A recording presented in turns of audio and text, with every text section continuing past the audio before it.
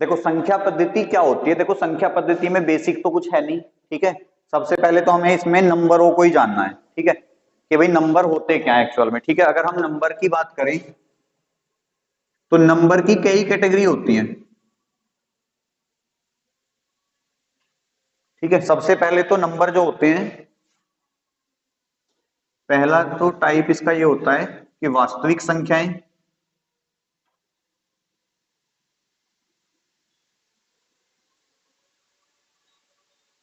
जिन्हें हम real number बोलते हैं, ठीक है। और एक होती हैं आपकी काल्पनिक संख्याएं। तो सबसे पहले तो नंबरों को दो भागों में डिवाइड किया है, कौन कौन से, वास्तविक संख्याएं और काल्पनिक संख्याएं। काल्पनिक संख्याएं क्या होती हैं आपकी, इमेजिनरी नंबर, मतलब जिनका वास्तविकता का कोई लेना देना नहीं है, बस हमने सोच रखे हैं, इमेजिनरी नंबर्स, ठीक है जी। एक होते हैं आपके रियल नंबर, एक होते हैं आपके इमेजिनरी नंबर। अब ये होते क्या है, देखो रियल नंबर वो होते हैं जिन्हें हम नंबर लाइन पे रिप्रेजेंट कर सकें। नंबर लाइन का नाम तो सुना ही नहीं होगा, सुना है, क्या होती है। देखो एक आपने छठी सातवीं आठवीं क्लास में जब मैथ पढ़ा होगा तो वहां पे एक लाइन बनी देखी होगी इस तरीके की, इस तरीके से एक लाइन होगी, ठीक है। उसमें बीच में क्या होता है, जीरो होता है और कुछ नंबर इधर लिखे रहते हैं और कुछ नंबर इधर लिखे रहते हैं, ठीक है। तो संख्या रेखा के लेफ्ट साइड में जो नंबर होंगे वो हमेशा नेगेटिव होंगे और राइट साइड में जो नंबर होंगे वो पॉजिटिव होंगे, ठीक है। तो लेफ्ट साइड कौन सा है इसका, ये वाला, और राइट साइड कौन सा है इसका, ये वाला। तो ये हमारी संख्या रेखा है, ये संख्या रेखा का सेंटर, और इसमें क्या होती है, जीरो होती है। जो संख्या के लेफ्ट साइड में नंबर होंगे वो हमेशा कैसे होंगे, नेगेटिव होंगे। यानी कि अगर मैं इधर चल रहा हूं तो -1 या -1, ये -2, वैसे तो उल्टा लिख रहा हूं मैंने, है जी, ये ऐसे ही लिखे जाएंगे, ठीक है। -3, -4, -5, क्या हो गया, -6, और ये कहां तक जा रहे होंगे, ये आपके इनफाइनाइट, माइनस इनफाइनाइट तक जा रहे होंगे, ठीक है। ठीक ऐसे ही नंबर हमारे इधर भी होंगे, ये 1, ये 2, ये 3, ये 4, ये 5, ये 6, ये 7, और ये कहां तक जा रहे होंगे हमारे, ये भी इनफाइनाइट तक। मतलब एक ऐसी रेखा जिसपे सारे नंबर आ जाते हैं जो माइनस इनफाइनाइट से लेके प्लस इनफाइनाइट तक जाते हैं, ठीक है। अच्छा अगर मैं आप लोगों के सामने दो नंबर लिखूं, एक नंबर तो लिख रहा हूं मैं -3 और एक नंबर लिखा हूं मैं -2, इनमें से कौन सी संख्या बड़ी है, -3 और -2 में कौन सी संख्या बड़ी है, ये बताओ।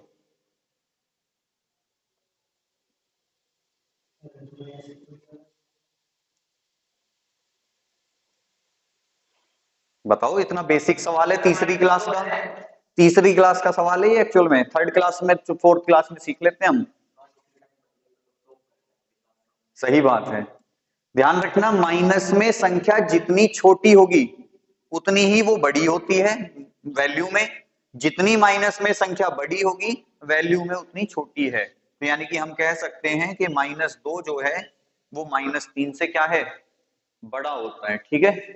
तो वास्तविक संख्याएं कौन सी होती हैं, जिन्हें हम नंबर लाइन पे ड्रॉ कर सकते हैं, जैसे कि अभी हमने लिखा -5, -7, -6, ये सब क्या है हमारी वास्तविक संख्याएं। अब वास्तविक संख्याओं में कौन कौन सी संख्या आती हैं, देखो वास्तविक संख्या में आपके पूर्णांक आ जाते हैं, वास्तविक संख्या में आपके भिन्न आ जाती हैं, वास्तविक संख्या में आपके दशमलव संख्या आ जाती हैं, वास्तविक संख्या में आपके पूर्ण वर्ग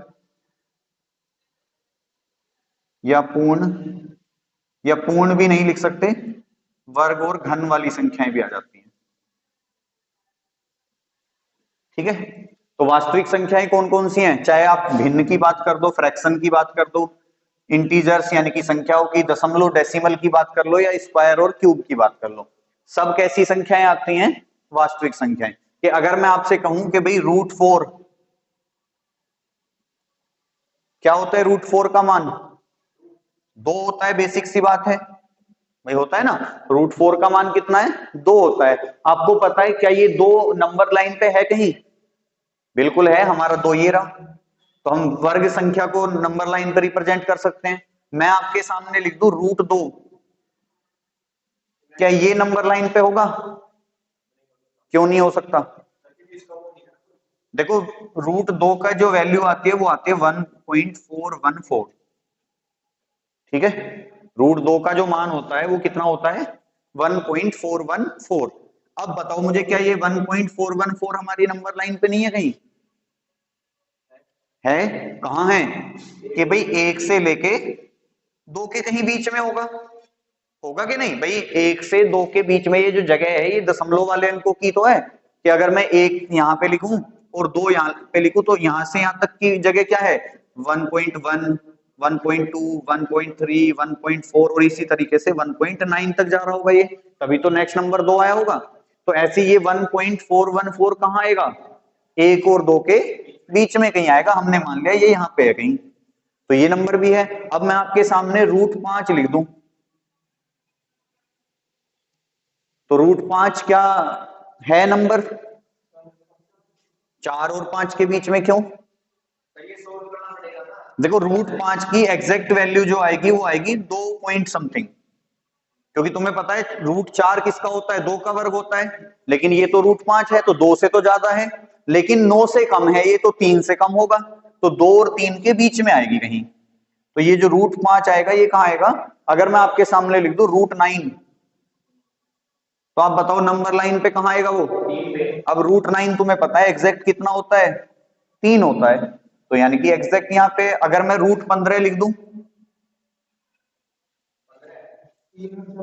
3 और 4 के बीच में, क्योंकि आपको देखना है कि √15 किस किस वर्ग के बीच में आता है, तो 3 और 4 के बीच में आएगा भाई, 3 का रूट होता है 2 और 4 का रूट होता है 16, तो 3 और 4 के बीच में आ रहा है कहीं, तो ये √15 भी कहा जाएगा, 3 और 4 के बीच में आ जाएगा। जब हम वैल्यू निकालेंगे तो एग्जैक्ट पोजीशन भी पता चल जाएगी इसकी, लेकिन अभी तो हम मोटा मोटा देख रहे हैं कि भाई कहां कोई नंबर सेट हो सकता है।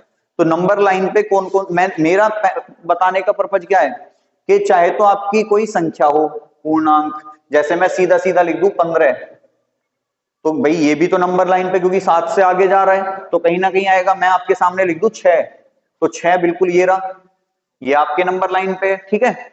अब मैंने पूर्णांक हो गया, मैं आपको भिन्न लिख दूं, मैं लिख दूं 5 बटे कितना, या 3/5 लिख दूं, क्या ये नंबर लाइन पे आ जाएगा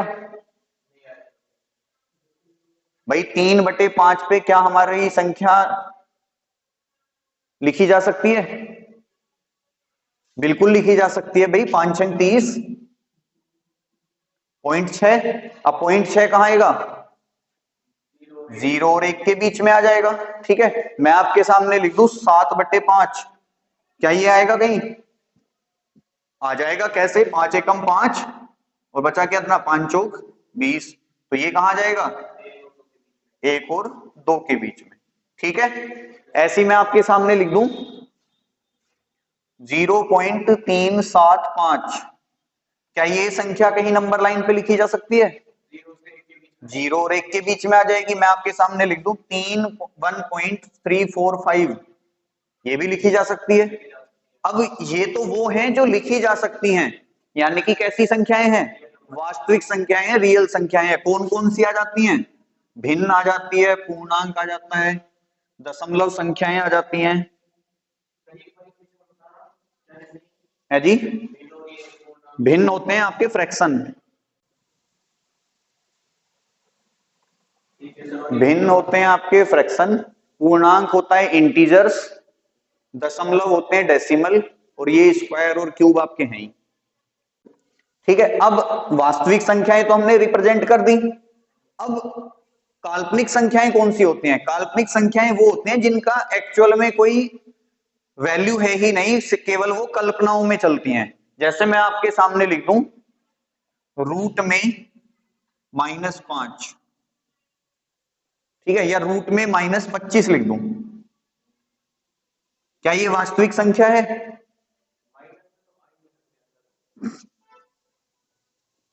बताओ।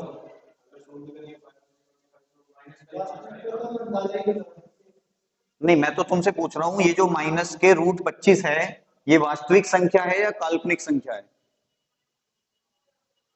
देखो, जब भी किसी संख्या का आप वर्ग करते हो, ठीक है भाई, -25 कैसा है ये?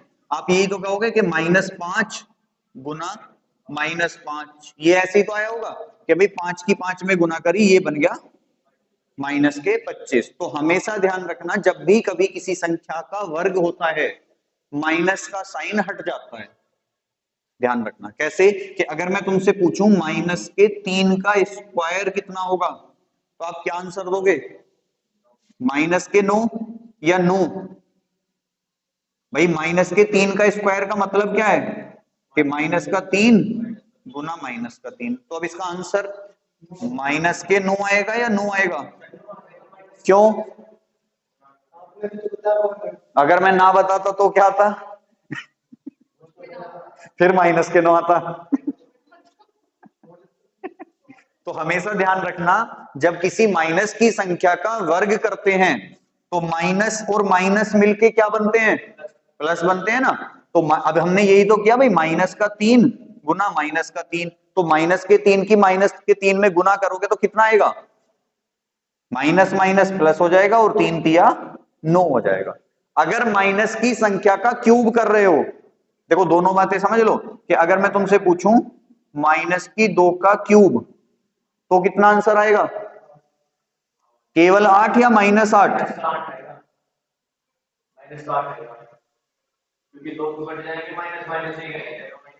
बिल्कुल सही बात है कि भाई, अब देखो -2 गुना -2 गुना -2, यही तो होगा। अब 2 दूनी, ये तो बन गया +4, क्योंकि -2 गुना -2 4 हो गया। लेकिन अब क्या करा हमने? तो अब ये बन जाएगा, क्योंकि ये 1 रह गया। तो अगर किसी संख्या का क्यूब कर रहे हो तो माइनस आएगा, और अगर किसी माइनस की संख्या का स्क्वायर कर रहे हो तो प्लस हो जाता है। तो एक्चुअल में ये -25 कोई संख्या होती ही नहीं है, ये केवल कल्पनाओं की अवधारणा है। ठीक है, मैं आपके सामने लिख दूं -1 का रूट, ठीक है, रूट में -1, तो ये भी नहीं होगा कुछ भी। ठीक है, तो ध्यान रखना, माइनस की कोई रूट में संख्या, हाँ अगर मैं आपके सामने लिख दूं माइनस में इस तरीके से कि घनमूल -8, तो ये बन जाएगा कितना? ये -2 होगा, और आपको पता है नंबर लाइन पे -2 होता है। ठीक है, अगर मैं आपके सामने लिख दूं -27, तो ये आपको पता है -3 की क्यूब है, तो आपको पता है नंबर लाइन पे -3 होता है। तो अगर क्यूब रूट है, देखो स्क्वायर रूट और क्यूब रूट को भी पहचानना है। स्क्वायर रूट कभी भी माइनस में नहीं आएगा, लेकिन अगर क्यूब रूट है वो माइनस में आ जाएगा। ठीक है, और माइनस की आपको पता है कि लेफ्ट साइड की जो चीजें होती हैं वो माइनस में ही नंबर लाइन पे होती हैं। तो ये दोनों कैसी संख्याएं हैं? वास्तविक संख्याएं हैं, रियल नंबर हैं, आ रहे हैं ना नंबर मान इनके। लेकिन ये कैसी हैं? ये सब आपकी काल्पनिक संख्याएं हैं। ठीक है, नोट करो इन्हें। कहा?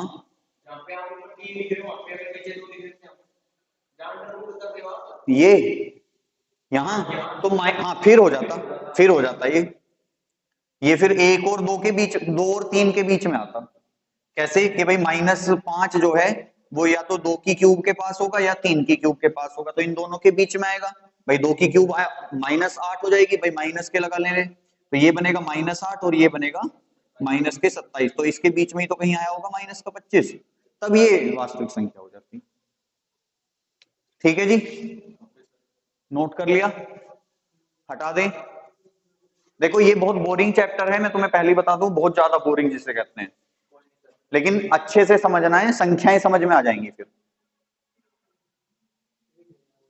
ये घुमाएगा पक्का 200%। अब हेडिंग डालो पूर्णांक।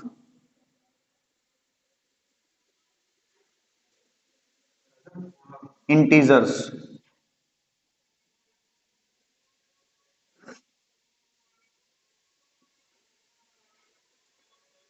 पूर्णांक क्या होते हैं? माइनस के इनफाइनाइट से लेके और प्लस के इनफाइनाइट तक की सभी संख्याएं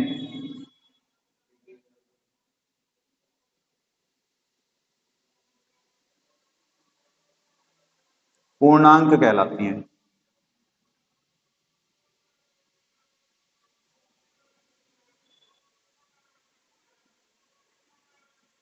ठीक है जी। माइनस इनफाइनाइट यानी कि इनफाइनाइट क्या होता है? अनंत होता है। कि माइनस के अनंत से लेके प्लस के अनंत तक सभी संख्याएं क्या कहलाती हैं? पूर्णांक कहलाती हैं। बस इतना ही लिखना था इसमें। हटा दूं? उसके बाद लिखेंगे इसी पूर्णांक के टाइप होते हैं दो। फिर से ये भी दो जगह डिवाइड हो रहा है। एक होते हैं आपके नेगेटिव इंटीजर्स,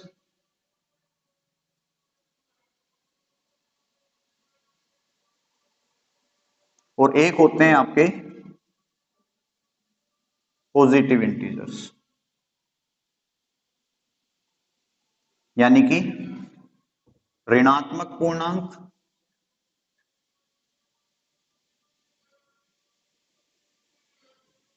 और दूसरे आपके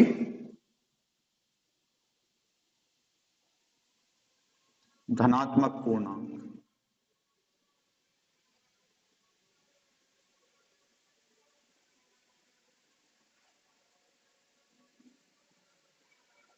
ठीक है। एक होते हैं आपके ऋणात्मक पूर्णांक, एक होते हैं आपके धनात्मक पूर्णांक। अब ये कौन कौन से होते हैं? ऋणात्मक पूर्णांक वो हैं जो नेगेटिव इनफाइनाइट से लेके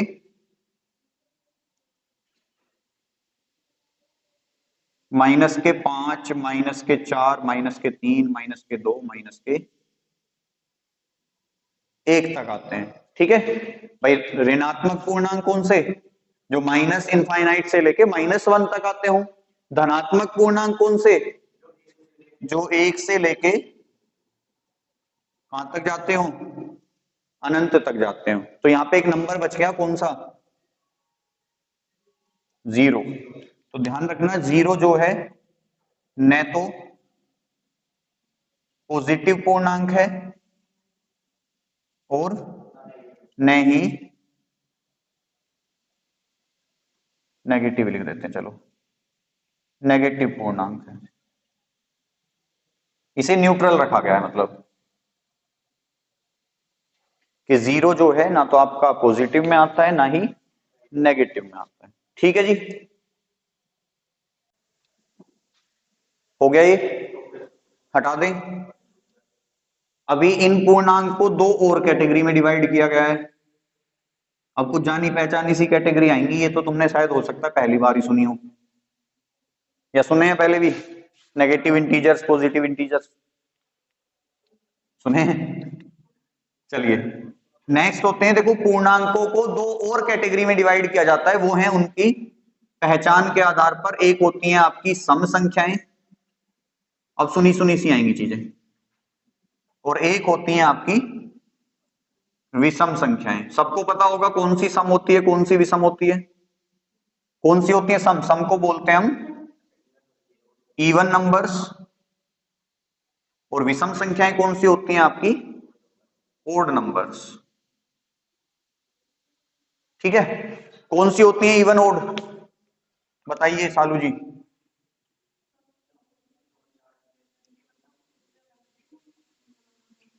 ऐसी संख्याएं लिख लो जो दो से पूर्णतः विभाजित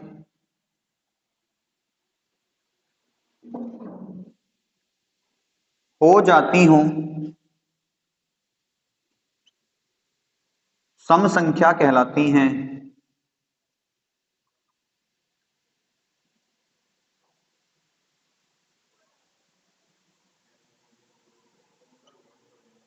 जैसे 2 4 6 8 10 12। विषम संख्याएं क्या होती हैं? है जी, जो 2 से पूर्णतः विभाजित न हो। लेकिन अगर हम परिभाषा में लिखें तो हम कुछ और लिखेंगे कि ऐसी संख्याएं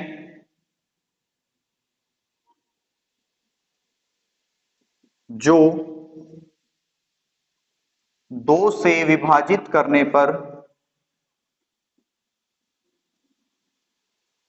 जो 2 से विभाजित करने पर प्रत्येक दशा में एक शेष बचाएं, जो प्रत्येक दशा में एक शेष बचाएं, विषम संख्या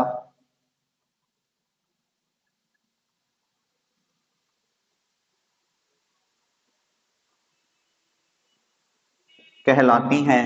ठीक है, जैसे 3 5 7 11 15 19 21 एटसेट्रा। हेडिंग डालेंगे नेक्स्ट।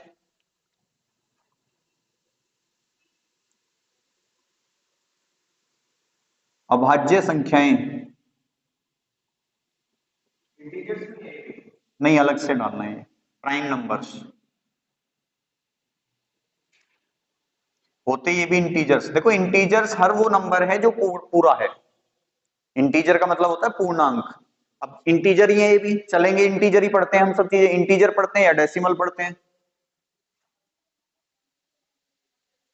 हेडिंग डालेंगे अभाज्य संख्याएं या प्राइम नंबर। प्राइम नंबर क्या होते हैं? ऐसी संख्याएं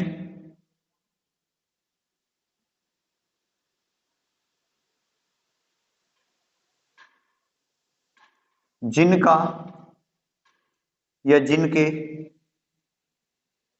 कम से कम 2 तथा केवल 2 ही गुणनखंड होते हों,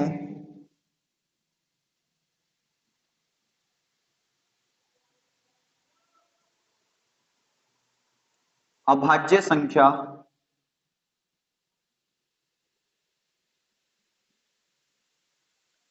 कहलाती हैं। ऐसी संख्याएं जिनके कम से कम 2 तथा केवल 2 ही गुणनखंड होते हों, कैसी संख्याएं कहलाती हैं? अभाज्य संख्याएं कहलाती हैं। जैसे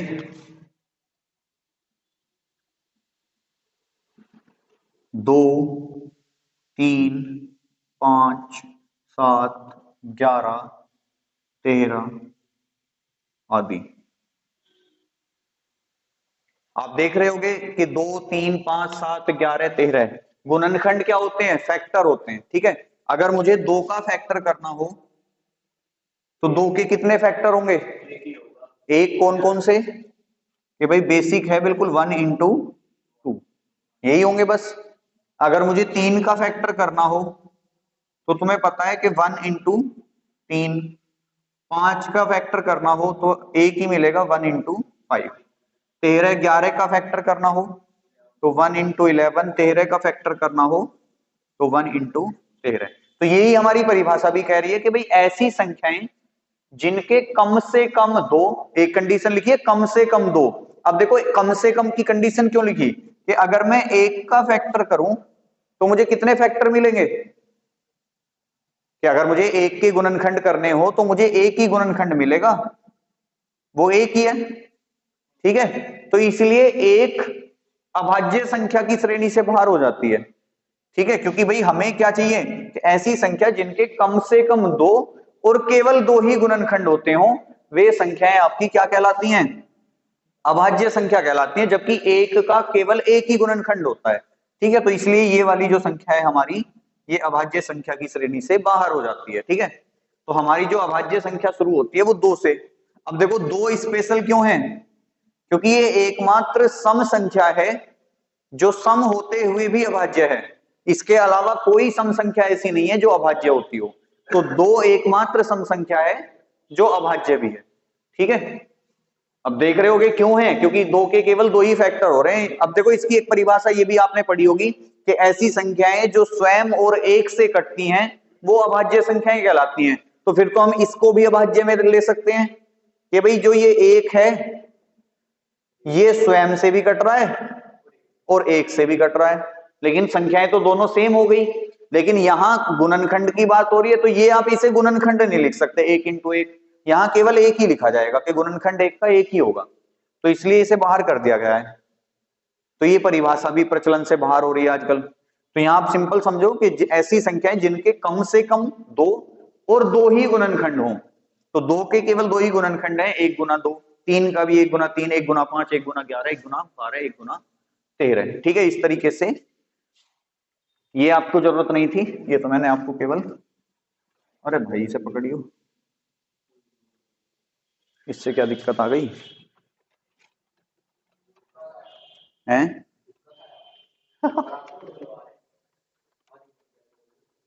आज सुहेल लेकर आया कहीं से, पुरानी मस्जिद पर चले गया है आज।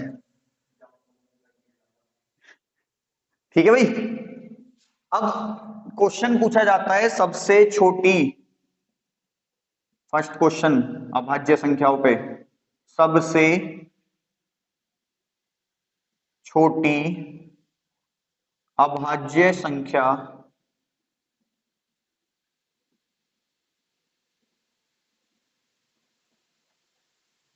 कौन सी है? क्वेश्चन नंबर 2 बनता है यहीं से, सबसे छोटी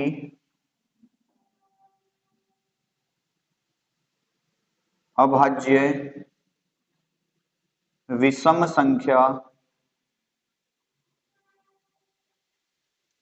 कौन सी है? क्वेश्चन बनता है यहीं से।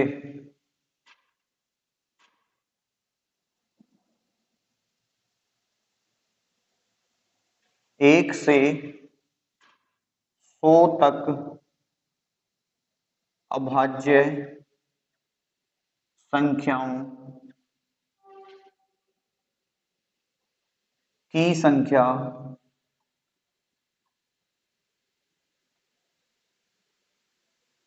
कितनी होती है? बताओ आंसर। 3 सवाल यही से बन जाते हैं कि सबसे छोटी अभाज्य संख्या कौन सी है, सबसे छोटी अभाज्य विषम संख्या कौन सी है, 1 से 100 तक अभाज्य संख्याओं की संख्या कितनी होती है?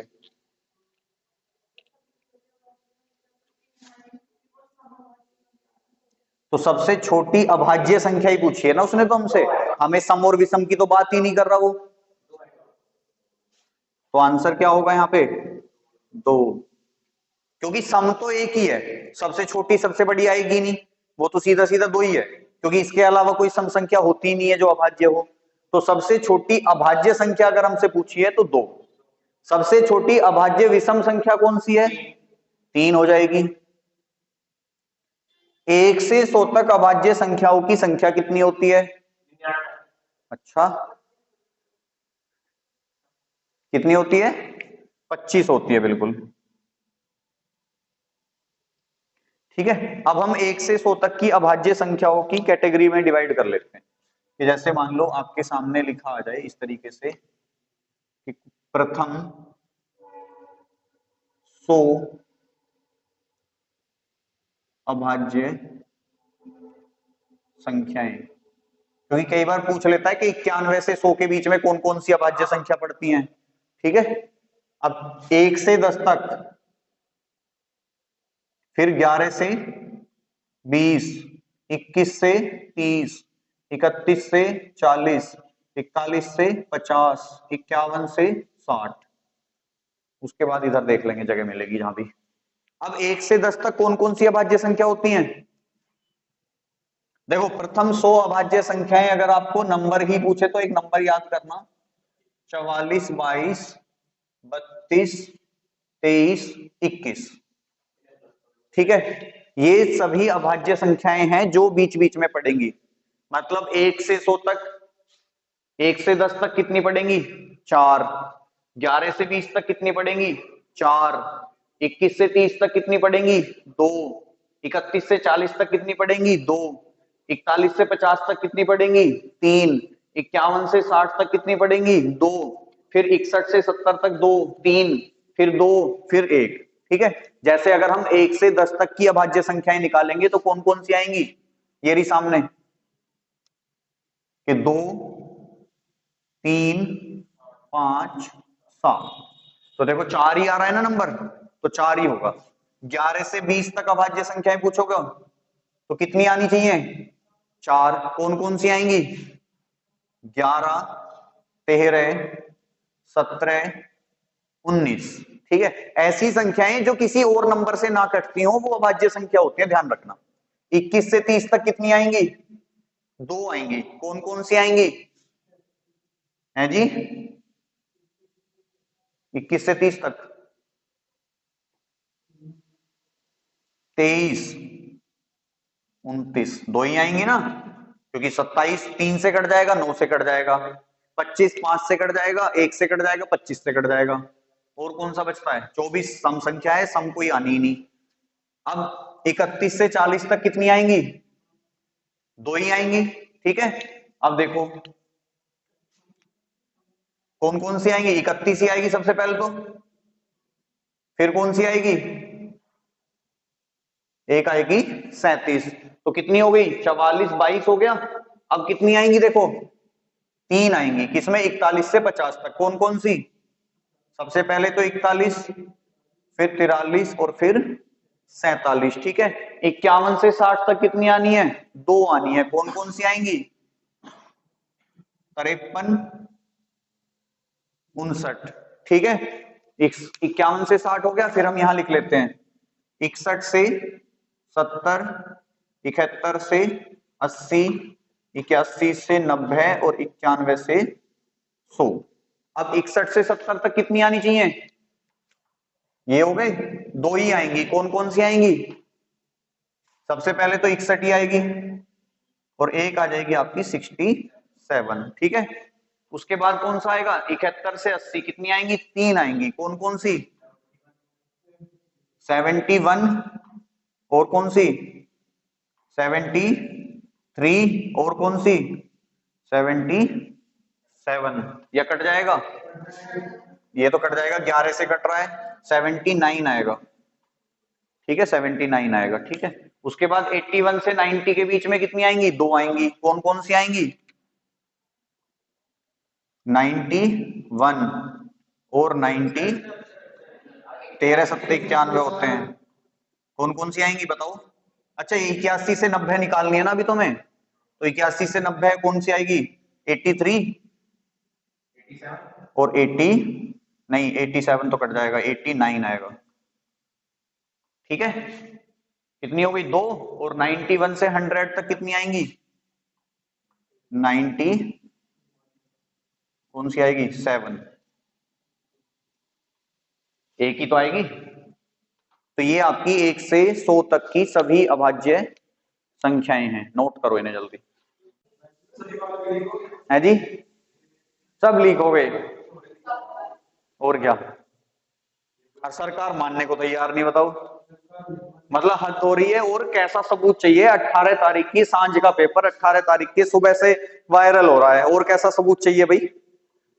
भाई चलो, एक ये हो गया भाई पेपर होने के बाद कोई चीज पता चल रही हो, लेकिन जब 18 तारीख की शाम का पेपर और सुबह से ही वो चल रहा है, व्हाट्सएप पे, टेलीग्राम पे, हर बंदे के मोबाइल पे है, और शाम को वही पेपर फिर बच्चे पेपर देके निकल रहे हैं, तो और कैसा लीक होगा भाई? क्वेश्चन पेपर थोड़ी ना आएगा बच्चों के सामने कि हाँ भाई क्वेश्चन पेपर निकल के आया है पूरा। क्वेश्चन मैच हो रहे हैं, 150 के 150 क्वेश्चन मैच हो रहे हैं, के लिए 2-4 भी मैच नहीं हो रहे, सीक्वेंस से मैच हो रहे हैं। कि जैसे पेपर में अगर ये पहला क्वेश्चन यहां लिखा हुआ है तो सीट में भी पहला क्वेश्चन वही लिखा हुआ है, उससे सेकंड क्वेश्चन ये लिखा हुआ है तो सीट में भी सेकंड क्वेश्चन वही लिखा हुआ है। बिल्कुल डिक्टो 10 क्वेश्चनों का सीक्वेंस एक साथ मैच हो रहा है भाई। और कैसा लीक चाहिए तुम्हें? और कैसा प्रूफ चाहिए? पता नहीं चल रहा। सरकार ये कह रही है कि नहीं, बिल्कुल पारदर्शिता के साथ पेपर कराया है हमने भाई। चलिए ठीक है, ये याद रखना। देखो कई बार यही पूछ लेता है 51 से 60 के बीच में कितनी। अब देखो अगर आपसे पूछा जाए कि भाई 1 से 100 तक अभाज्य संख्या कितनी होती है, तो आपको पता है 25। कहां से आया? 4 दूनी 8, 2 10, 2 12, 3 15, 16 17, 18 19, 20 21, 22, 23, 24 और 1 25। अगर मैं तुमसे पूछूं 1 से 50 तक कितनी होती है, 1 से 50 तक अभाज्य संख्याओं की संख्या कितनी होती है, तो तुम क्या करोगे? 10 20 30 40 50, इतनों को प्लस कर लो। 50 से 100 के बीच कितनी होती है, तो ये वाले हो जाएंगे 10। ठीक है, तो कई बार यही पूछ लेता है 1 से 50 तक की अभाज्य संख्याओं की संख्या बताओ। तो अभाज्य संख्या कौन सी होती है कि ऐसी संख्याएं जिनके कम से कम 2 और केवल 2 ही गुणनखंड हो, वो आपकी अभाज्य संख्या होती है। ठीक है, हटा दूं? तो 1 क्वेश्चन, 2 क्वेश्चन, 3 क्वेश्चन और 4 क्वेश्चन। नेक्स्ट है जी, बड़ा चैप्टर है ये बहुत। और अगर हम इसे एसएससी के परिप्रेक्ष्य में पढ़े तो पूरे 1.5 महीने चलता है ये चैप्टर, पूरे 1.5 महीने, 30 से 40 दिन है जी।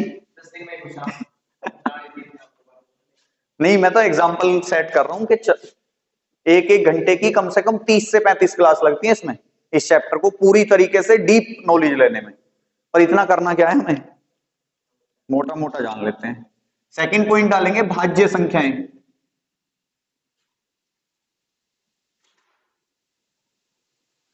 अब जब हमें यही नहीं पता होगा कि भाई भाज्य संख्या क्या होती है, अभाज्य संख्या क्या होती है, तो हम क्या सवाल करेंगे? तो अब के मैंने यही सोचा कि वैसे चैप्टर तो हमने बहुत बार पढ़ रखे हैं,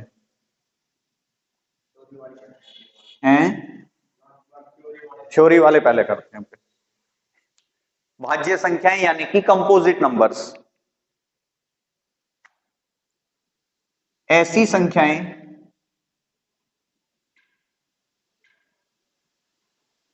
जिनके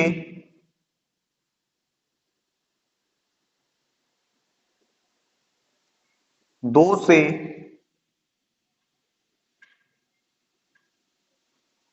अधिक गुणनखंड प्राप्त होते हों,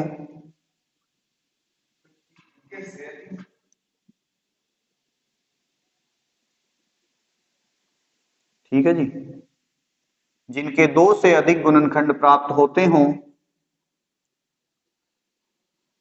भाज्य संख्याएं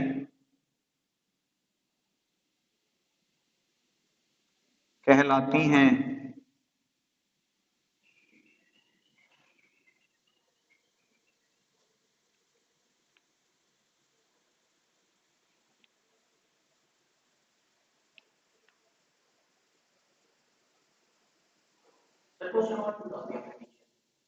गलती से लग गया,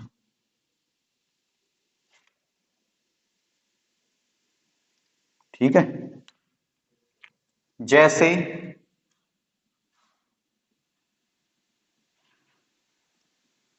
4 6 8 10 12, या 8 के बाद 9 ले लो, 9 10 12 15 इत्यादि।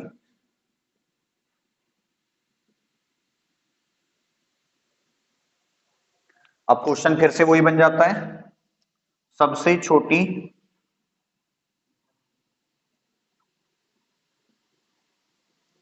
भाज्य संख्या, सबसे छोटी विषम भाज्य संख्या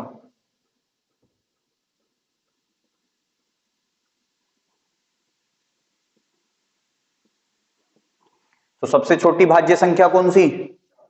4। और सबसे छोटी विषम भाज्य संख्या कौन सी? 9। ये नहीं, क्योंकि 9 भी के भी तो फैक्टर हैं, 3 भी है, 9 भी है और 1 भी है, तो 2 से अधिक फैक्टर मिल रहे हैं।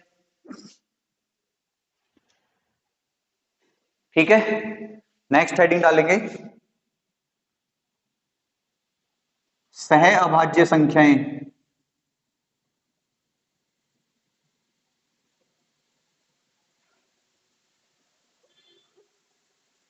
को प्राइम नंबर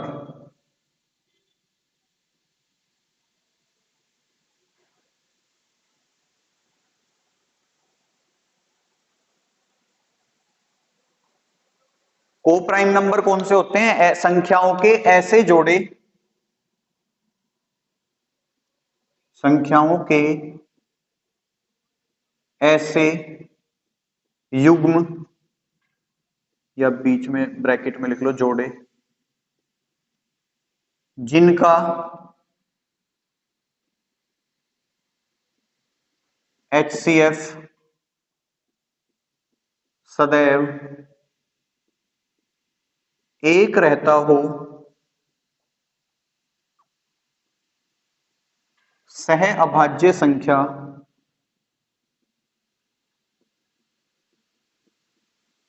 कहलाती हैं।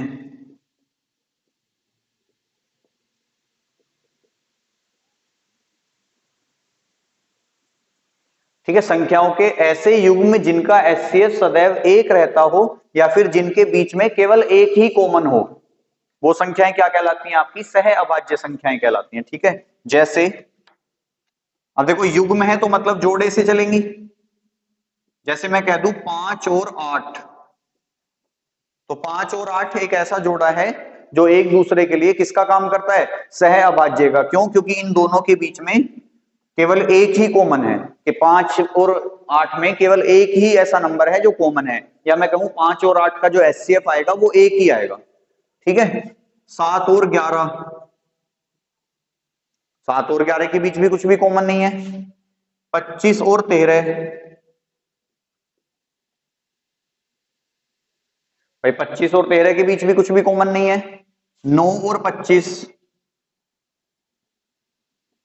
है कुछ कॉमन? नहीं है। कॉमन से मतलब है कि किसी एक के अलावा किसी और नंबर से भी कट रहे हैं। जैसे मैं तुम्हारे सामने लिख दूं 3 और 15, तो तुम्हें पता है ये एक से भी दोनों कट रहे हैं और 3 से भी कट रहे हैं दोनों, तो ये एक दूसरे के लिए सह अभाज्य नहीं होंगे। मैं आपके सामने लिख दूं 3 और 9, तो तुम्हें पता है 3 से दोनों कट रहे हैं ये, जबकि हमें ऐसा नंबर चाहिए, ऐसे नंबरों का जोड़ा चाहिए जो केवल एक से ही कटता हो है, मतलब एक से अलावा किसी से कटे ही ना।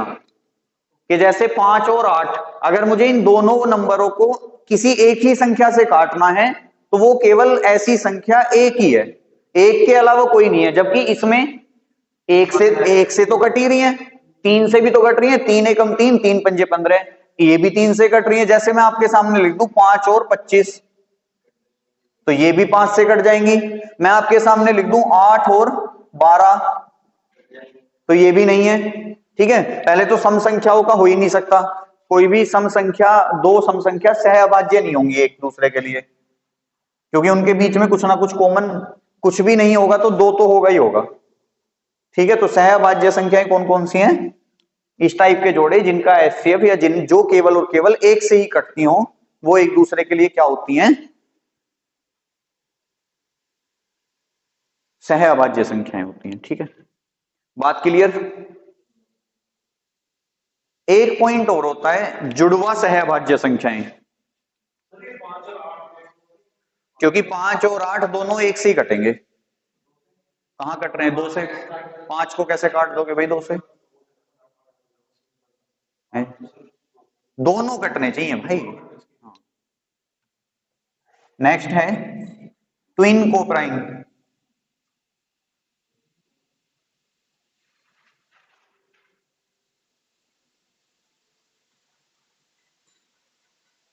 जुड़वा सह अभाज्य संख्याएं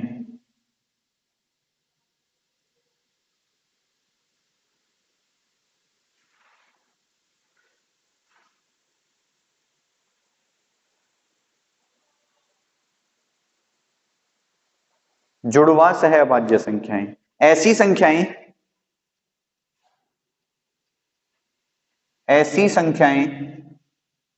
या ऐसी संख्याओं के युग्म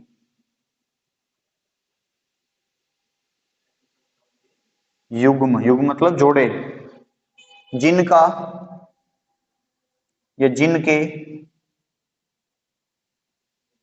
बीच का अंतर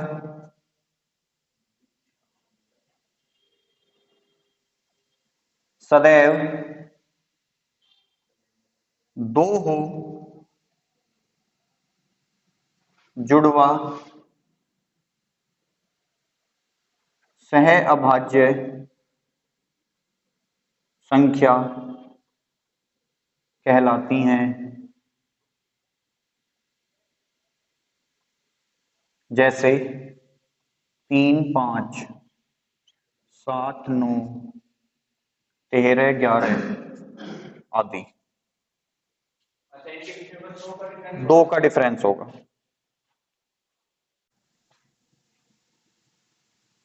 क्रमागत संख्याएं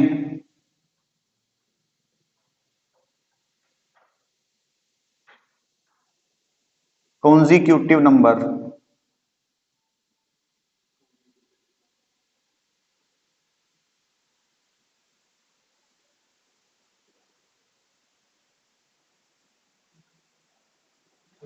क्या होती हैं? क्रमागत संख्याएं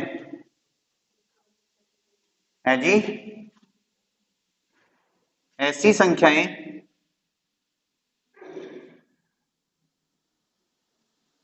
जिनका अंतर केवल एक हो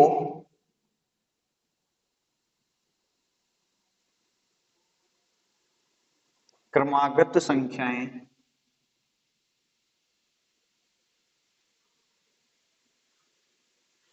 कहलाती हैं। जैसे 1, 2, 3, 4, 5, 6। ठीक है भाई।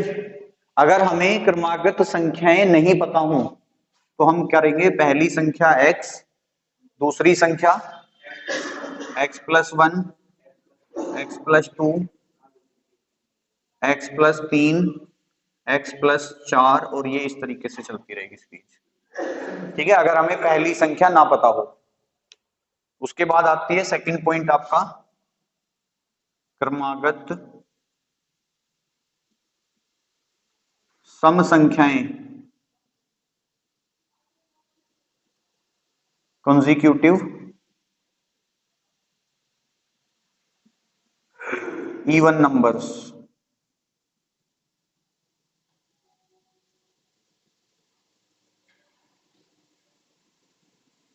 ये क्या होते हैं?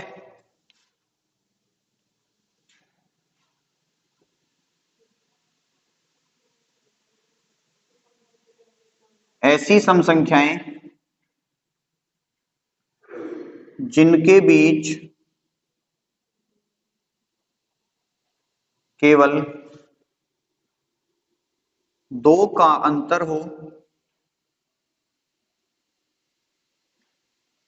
ठीक है भाई, इतना ही लिख दूं। जैसे अगर मैं इसे x की फॉर्मेट में लिखूं तो क्या बनेगा? x, x+2, x+4, x+6, x+8 और ये ऐसे ही चलता रहेगा। पहली संख्या हमेशा x होती है। अब तुम्हें पता है कि भाई ऐसी सम संख्याएं जिनके बीच केवल दो का अंतर हो, तो अगर x और x+2 के बीच देखो तो कितने का अंतर है? दो का ही है। इन दोनों के बीच कितने का है? इनके बीच, क्योंकि ये x+2 है, ये x+4 है, तो x दोनों में कॉमन है। 2 और 4 का अंतर कितना? 2। नेक्स्ट पॉइंट क्रमागत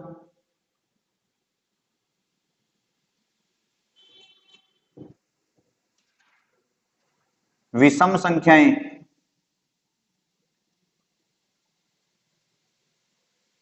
कॉन्जिक्यूटिव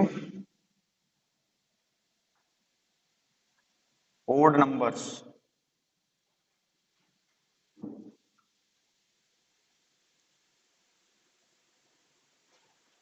ऐसी विषम संख्याएं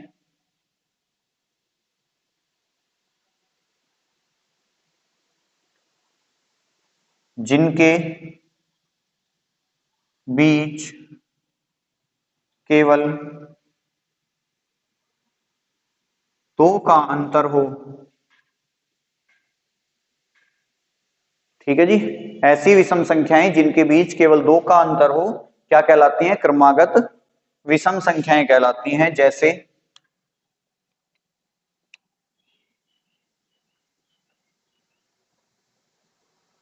क्या बनेगा? x plus 2, x plus 4, x plus 6, x plus 8।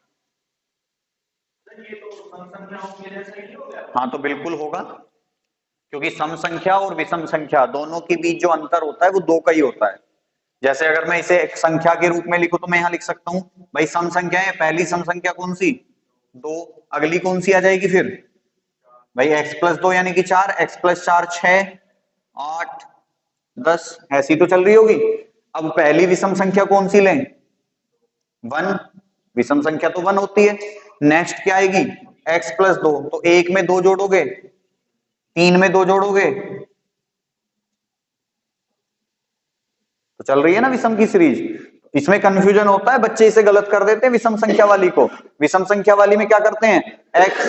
x plus 1, x plus 3, x plus 5 इस तरीके से ले देते हैं। तो ये ध्यान रखने वाली बात है बहुत कि अगर हम विषम संख्या में, तुम्हारे दिमाग में यही चल रहा था ना कि भाई x लेंगे, फिर x प्लस 1 लेंगे, फिर x प्लस 3 लेंगे, फिर x प्लस 5 लेंगे और फिर x प्लस इस तरीके से लेंगे। लेकिन ये गलत हो जाएगा। क्यों? क्योंकि अगर सपोज करो ये x का मान मैं कितना रखूं, चलो तुम ही बताओ अपनी तरफ से, बताओ कितना रखें? कोई भी विषम संख्या बता दो, नहीं एक से अलग बताओ। है जी?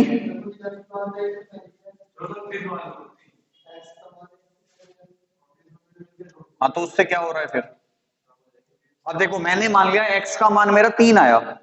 अब नेक्स्ट संख्या मुझे चाहिए जो कि आपने लिख रखी है x प्लस 1, तो कितनी हो जाएगी? क्या ये विषम संख्या है? अगली निकालो फिर, 3 और 3, क्योंकि x का मान तो 3 है, तो 3 और 3 कितने? 6। 3 और 5 कितने? 8। 3 और 7 कितने? तो ये तो सारी क्रम बिगड़ गया, एक ही संख्या मिली हमें तो विषम। तो इसलिए चाहे क्रमागत सम संख्याएं हो चाहे क्रमागत विषम संख्याएं हो, दोनों का जो क्रम होता है वो हमेशा एक जैसा होता है, ध्यान रखना। अब x अगर मेरा 2 होगा तो x प्लस 2 4 होगा, x प्लस 4 6 होगा, 8 होगा, 10 होगा। x क्योंकि भाई विषम है तो पहली संख्या विषम ही आएगी, तो 3। यहां पे देखो x अगर 1 है तो ये 3 होगा, ये 5 होगा, ये 7 हो जाएगा, ये 9 हो जाएगा। अब x को कुछ भी मान लो तुम, x को मैंने 15 मान लिया, तो 15 और 2 17, 15 और 4 19, 15 और 6 21। क्रमागत चल रही है नहीं चल रही? और सारी विषम चल रही हैं। तो चाहे क्रमागत सम संख्याएं आए तब भी x प्लस 2 x प्लस 4 लेना है, क्रमागत विषम संख्याएं तब भी x प्लस 2 x प्लस 4 लेना है। क्रमागत संख्याएं अगर आ जाएं तो x plus 1 x plus 2 x plus 3 x plus 4 लेना है। क्यों होता है ऐसा? क्योंकि क्रमागत संख्याओं के बीच का अंतर होता है हमेशा एक। क्रमागत सम संख्याएं और क्रमागत, आप देख रहे होगे दोनों का डेफिनेशन सेम है, और जब डेफिनेशन सेम है तो कंडीशन भी सेम बनेगी, बनेगी कि नहीं? तो ये होता है भाई, x सम है तो x सम मानना पड़ेगा, विषम है तो विषम मानना पड़ेगा, बस कंडीशन दोनों की सेम है। देख लो यहां भी वही कह रहा है, सम संख्याएं जिनके बीच केवल दो का अंतर हो, ऐसी विषम संख्याएं जिनके बीच केवल दो का अंतर हो। देखो इसमें एक्चुअल में तुम्हें बताऊं तो इसमें अंदर सवाल करने के बहुत कम होते हैं, इसमें ये नियम ही सबसे ज्यादा दिक्कत करते हैं, क्योंकि ये आगे तक के चैप्टरों में काम आते हैं फिर हमें। अब जैसे यही है, कहीं हम एवरेज कर रहे हैं, अब एवरेज में कह दे कि 5 लगातार संख्याओं का औसत इतना है, तो हमें वो 5 लगातार संख्याएं ये लेनी पड़ेंगी। 5 लगातार सम संख्याओं का औसत इतना है, तो 5 लगातार सम संख्याएं हमें कौन सी लेनी पड़ेंगी? ये और ये। 5 लगातार विषम संख्याएं कह दे तो 5 लगातार विषम संख्याएं ये लेनी पड़ेंगी हमें, ठीक है। इसीलिए ये नंबर सिस्टम पहले रखा जाता है वैसे तो, अगर सही मायने में देखें तो। हो गया, हेडिंग डालेंगे नेक्स्ट पॉइंट, विभाजकता के नियम, rules of rule of divisibility.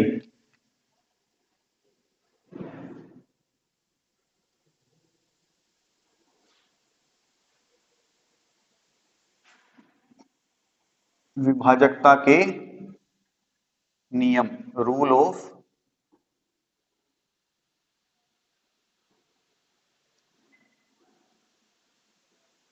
Divisibility. चलिए बताइए क्या होते हैं रूल ऑफ डिविजिबिलिटी।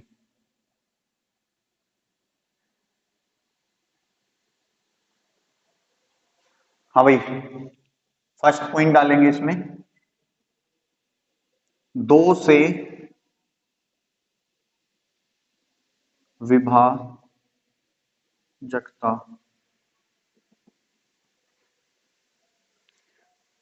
बताओ क्या होती है। ऐसी संख्या या ऐसी संख्याएं जिनके इकाई के अंक के स्थान पर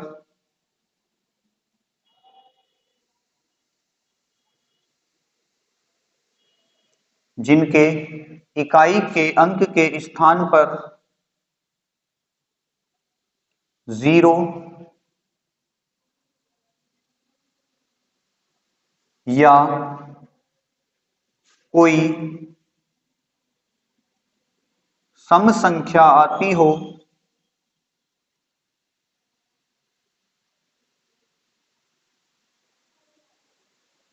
वे संख्या 2 से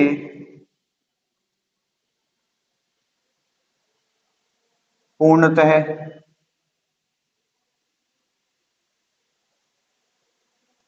विभाजित होती हैं।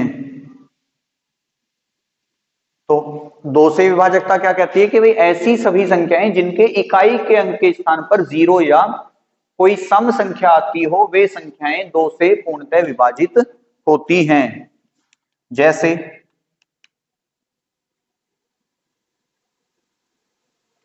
840, 1496, 1948, 3572, 6698 आदि। ठीक है जी। 2 से विभाजकता क्या कहती है कि भाई ऐसी संख्याएं जिनके इकाई के अंक के स्थान पर 0 या कोई सम संख्या आती हो, वे संख्याएं क्या कहलाती हैं आपकी, सॉरी, वे संख्याएं कैसी होती हैं, 2 से पूर्णतः डिवाइड होती हैं। नेक्स्ट पॉइंट नंबर 2,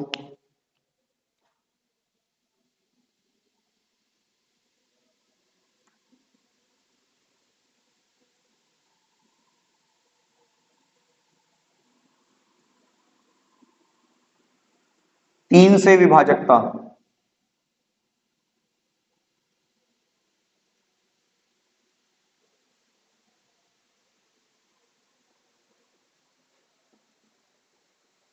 तीन से विभाजकता क्या कहती है,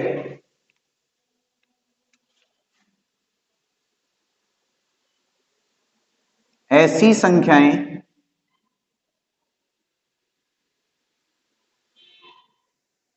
जिनके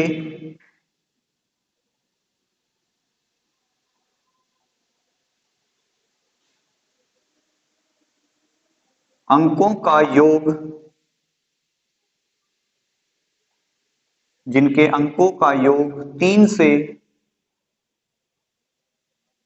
पूर्णतः विभाजित होता हो,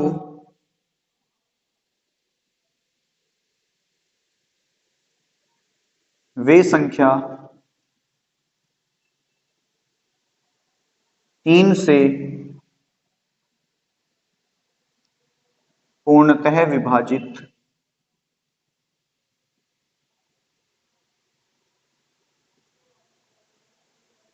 होती हैं। ठीक है। 3 की विभाजकता क्या कहती है कि भाई ऐसी संख्या जिसके अंकों का योग 3 से कट रहा हो, वो संख्या भी 3 से पूर्णतः विभाजित होती है। जैसे हम कह सकते हैं क्या 4722 कट जाएगा। कट जाएगा कैसे कि भाई 4 और 7 11, 12 13 14 15 और 3 पंजे 15 होता है। ठीक है, और क्या हो सकती है 8 9 7, कितने हो गए 3, तो ये भी कट जाएगा क्योंकि 17 और 10 27 बन जाएगा। 8 और 9 17, 17 और 10 27, 3 नम 27। ठीक है, और क्या हो सकता है 31 500, कितने हो गए 45, कट जाएगा इत्यादि।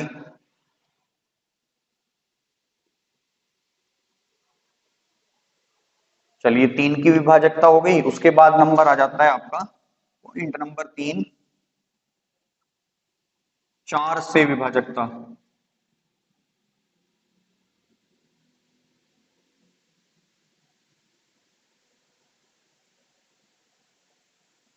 चार से विभाजकता क्या कहती है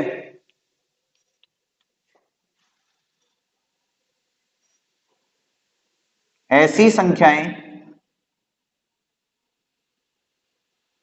जिनके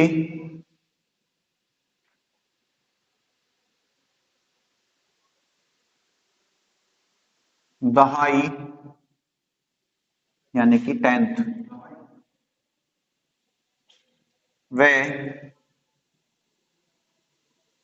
इकाई यानी कि यूनिट स्थान पर आने वाले अंक 4 से पूर्णतः विभाजित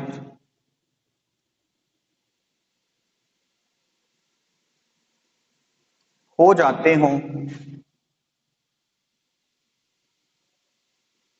तो संख्या भी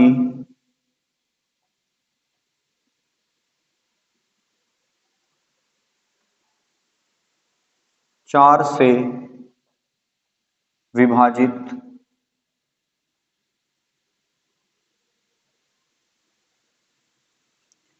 होती है। ठीक है, ऐसी संख्याएं जिनके दहाई यानी कि 10th प्लेस और आपका इकाई यानी कि यूनिट प्लेस के स्थान पर आने वाले अंक 4 से पूरी तरह डिवाइड हो जाते हों, वो संख्या भी आपकी 4 से डिवाइड मानी जाती है। जैसे हम कह सकते हैं, बताओ कोई संख्या 9316,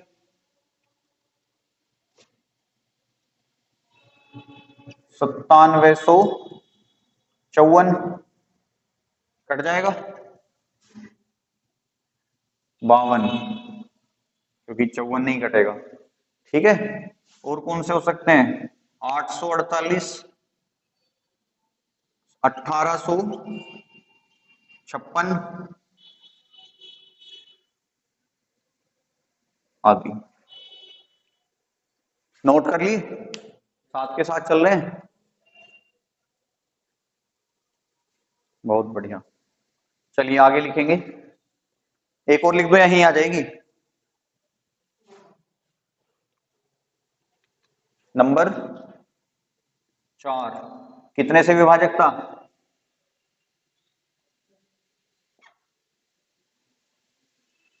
5 से विभाजकता।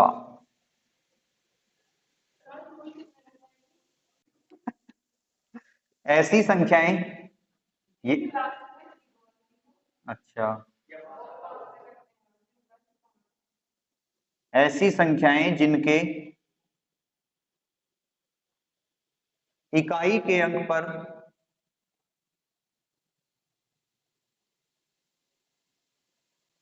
इकाई के अंक के स्थान पर 0 या 5 में से कोई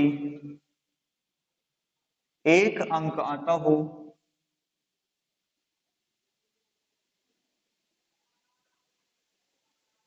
वह संख्या भी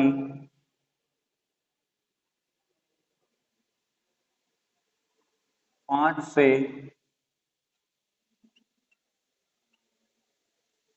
पूर्णतः विभाजित हो जाती है या होती है, जैसे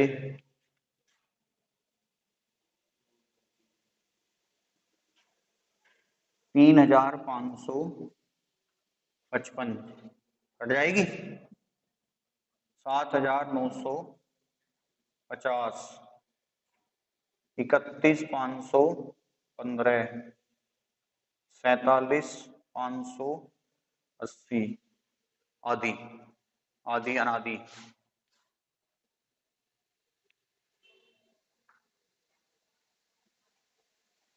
हो गया? और बताओ।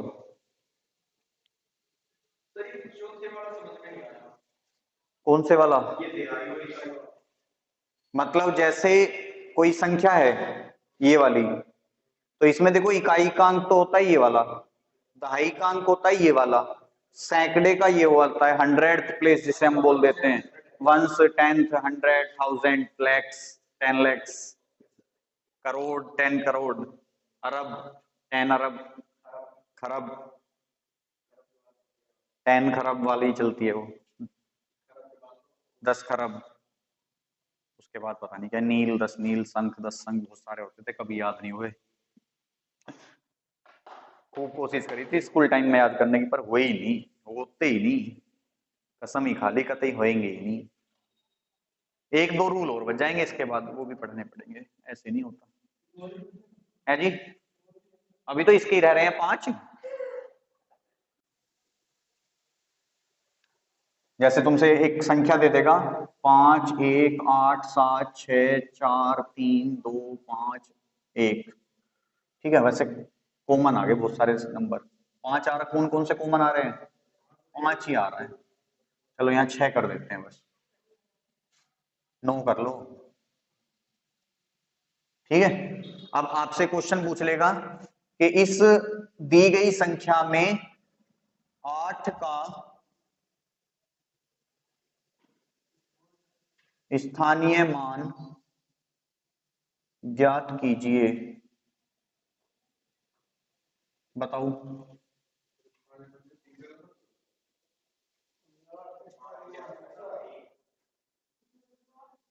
008। देखो आपको देखना है राइट साइड से 8 जो है हमारा कहां है, 1 2 3 4 5 6 7वें नंबर पे है, तो पहले तो उस नंबर को ही लिख लो, फिर उसके आगे जितने भी नंबर हैं उतनी जीरो लगा, तो 8 का स्थानीय मान कितना है, 1 2 3 4 5 6, ये हो गया इसका स्थानीय मान है जी। जातीय मान पूछा जाए तो 8 का जातीय मान केवल 8 ही होगा, और कुछ नहीं होगा। जातीय मान में केवल वो संख्या, स्थानीय मान में उसका उस संख्या में स्थान। जैसे अगर मैं तुमसे 29 का या 2 का स्थानीय मान पूछूं ना, तो 2 का स्थानीय मान 2 नहीं आएगा, क्योंकि तुम्हें पता है ये इकाई का अंक है और ये दहाई का अंक है, तो 2 में 10 की गुना हो जाएगी 20। मैं आपसे 4 का 3 का स्थानीय मान पूछूं तो 3 के बाद आपको पता है ये इकाई का है, ये दहाई का है, ये सैकड़े का है, तो 3 में 100 की गुना हो जाएगी, कितना बन जाएगा, 300, ठीक है। अगर मैं तुमसे 4 का स्थानीय मान पूछूं तो 4 में इकाई दहाई सैकड़ा हजार, तो 4 में किसकी गुना हो जाएगी, 1000, तो कितना हो जाएगा ये, 4000 हो जाएगा। अब देखो ये गुना करने की जरूरत क्या है, तुम्हें पता है 4 का स्थानीय मान बताना है, तो 4 के बाद कितने अंक हैं, 3, तो हमने 3 जीरो लगा दी। ऐसी इसका पूछ लेता 6 का, तो इकाई दहाई सैकड़ा हजार 10,000 है, तो 6 में 10,000 की गुना कर देते, तो कितना आ जाएगा,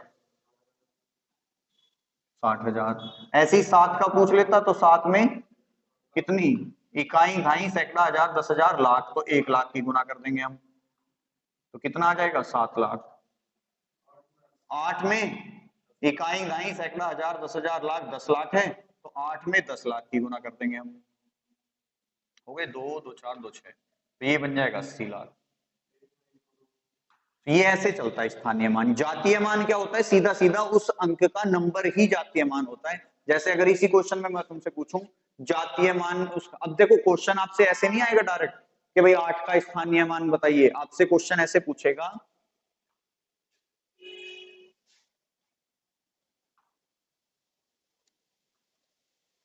क्वेश्चन कैसे पूछेगा आपसे? क्वेश्चन पूछेगा 79, 87, 87 नहीं, 79, 86, 43, 21, ठीक है सारे आगे नंबर, कोई रह गया? 5 में 8 तथा 3 के स्थानीय मान का अंतर ज्ञात करो। ऐसे आएगा सवाल।